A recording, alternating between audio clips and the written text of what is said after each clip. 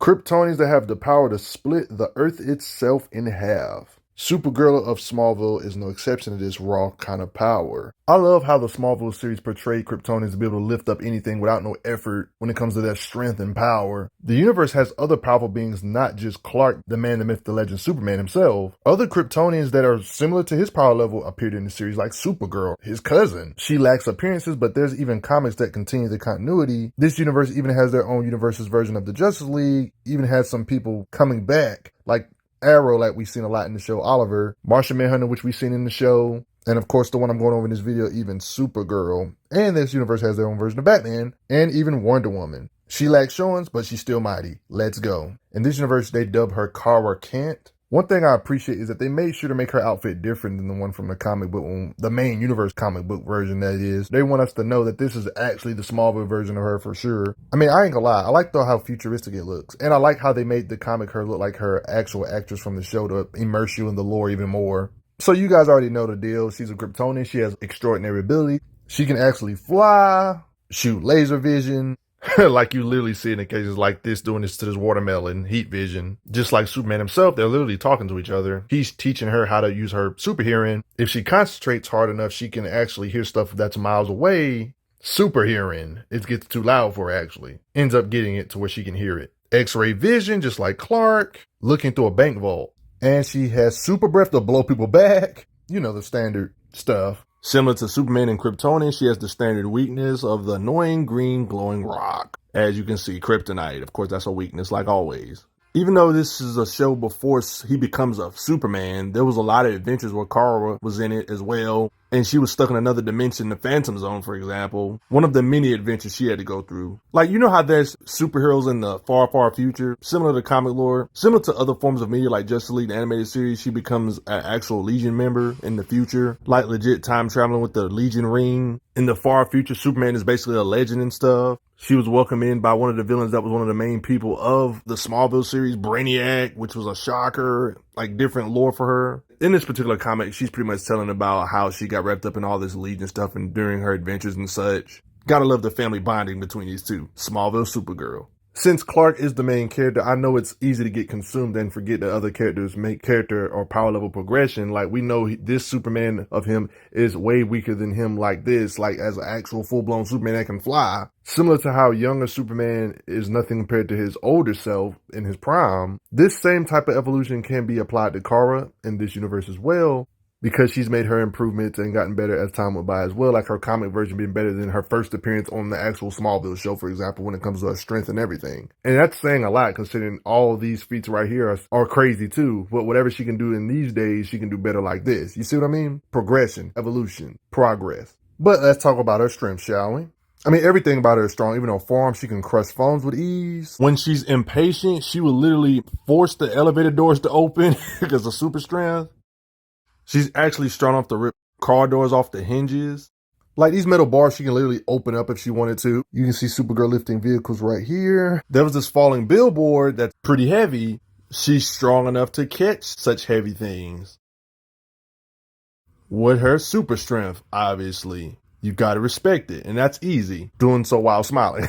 When it comes to her super strength, she can lift up stuff like this, even if it's drilled to the ground, and toss it like it ain't nothing. These huge bells, she can lift if she wanted to, but in this particular occasion, she decided to slam them together to make loud noise. You know what I'm saying? In this case, it was Superboy that also existed in Smallville. It's natural that the powerhouses of the Justice League can lift all kinds of heavy stuff, Supergirl being one of the powerhouses, of course, being able to do similarly.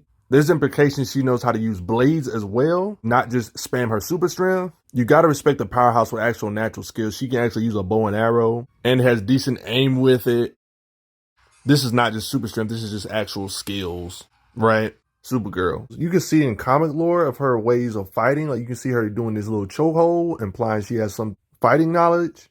With all this super strength, it's natural she can hit really hard, sending people flying. Whether we're talking about punches, smacks, or super kicks, they just go flying. She has to hold back or she will punch people's heads off. Some beings are just fodder to her strength, and she'll just lightly kick you off. We know she can bust through stuff she's not supposed to with her super strength.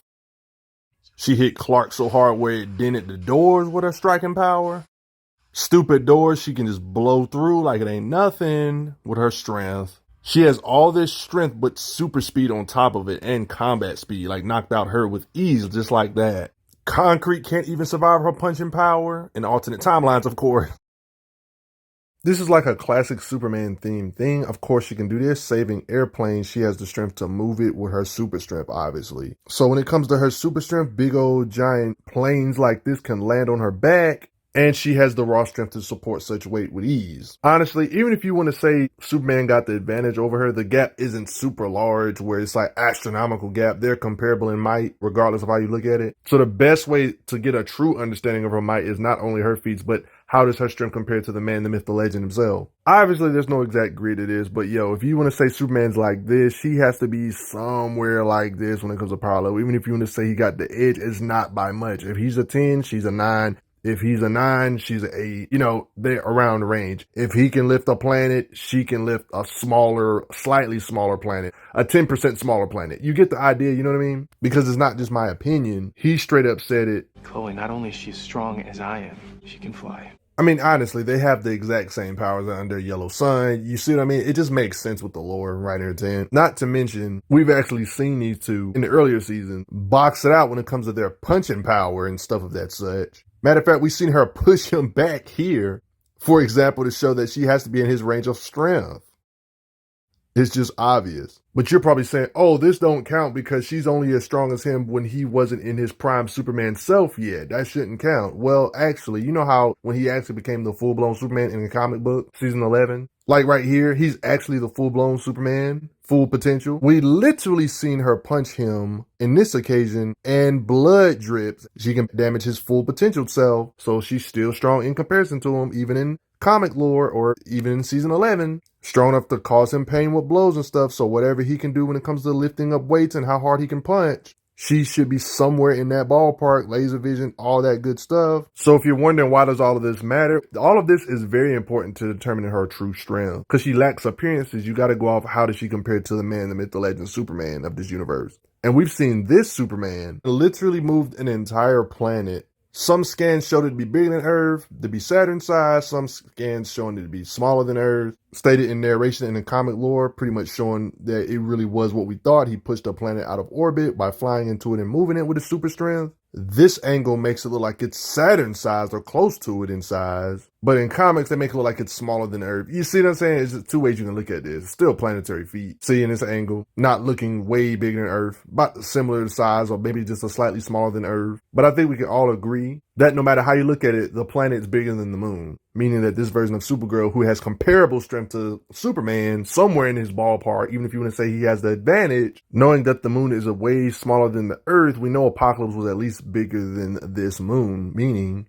it's like saying if the moon was to fall on her, she would have the strength to stop it, hold the weight of it up. That's like saying multiple countries could land on her back and her body could withstand it with her strength. Long story short, she could basically support multiple continents on her back, if we're being honest, and she can support the weight of the moon at the very least, right? But if you want to take those other scans of the planet of Apocalypse being Saturn-sized, as you can see here, that will mean Supergirl, Superman, and all the people that are comparable to them in raw physical strength could support multiple Earths, honestly, if planets are this much bigger than the freaking Earth itself. Imagine what their punches feel like. But regardless of how you look at it, her physical strength could at least push the entire moon away with her physicals. I mean, here's the thing about punching power. We already know this clock right here is extremely durable. Durable enough to withstand the entire planet of Apocalypse ramming into him, and he can push it away. Like, he's the one that literally pushed it away, but he was able to withstand the planet ramming into him too. So you know his body is actually durable. His body can withstand planetary forces ramming into him. So guess what? Kara being able to punch him in newer seasons, newer comic lore, it shows how crazy her punches have to be to even be able to damage him with her strength in the first place, to show that her punches are just as strong as what she can lift in her durability. Her punches feel worse than a moon-sized planetoid landing on your face, something that's bigger than the moon. Her punches feel worse than. But more than likely, her punches can triple the entirety of the moon, even bigger things than the moon, or even having the punching power to shatter the moon itself. Planet busters literally can punch apart planets. Kara, just like Superman, can do this as well.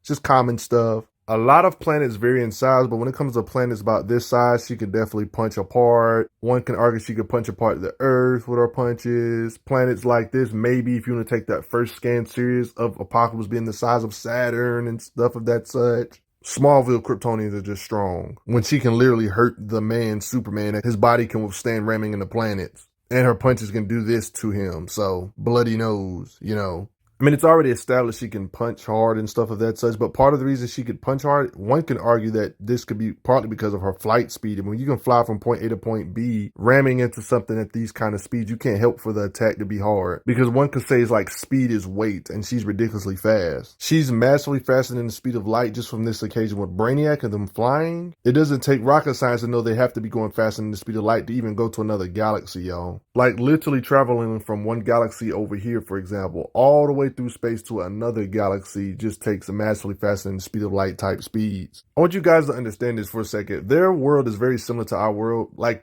in their world, the Milky Way galaxy exists, and the nearest galaxy is 25,000 light years. Some of the nearest galaxies are this far away when it comes to even light taking this long to get there. She flew to a different galaxy and back within 2 years. Even if it took 2 years, that's still massively faster than the speed of light. Like, it should have took lifetimes for her to even come to go there and back. But yet we've seen her return multiple times in the series to Earth. When she decided to leave, she went light years and came back within 2 years. Like, yo, that's light speed. Way faster than light. This girl casually traveling through space back and forth 23 galaxies away and crap, bro. She's way faster than the speed of light. Without even counting her super strength, just her being able to fly in a straight line at light speed alone should be able to make her be able to freaking hit hard alone. And don't let me get on the fact she doesn't even have to be near you, really. She can just blast you with her heat vision and blow up an entire ship, for example. Yeah, so her heat vision can just destroy spaceships at will, with one could say her blast power. But guys, you guys get the idea. You know these Smallville Kryptonians are strong. Shouldn't have to go over this. You guys already know. But before I get going, everybody, she'll just laser vision your ships and they ain't gonna stand a chance. They've went on a lot of adventures, including visiting tombs and such. Just like the Smallville show, she retains her edginess in the comic lore, interrogating beings. But she's independent. I mean, there's even times where she leads the Legion of superheroes, a super group from the future. But you gotta respect her, guys. But before I get going,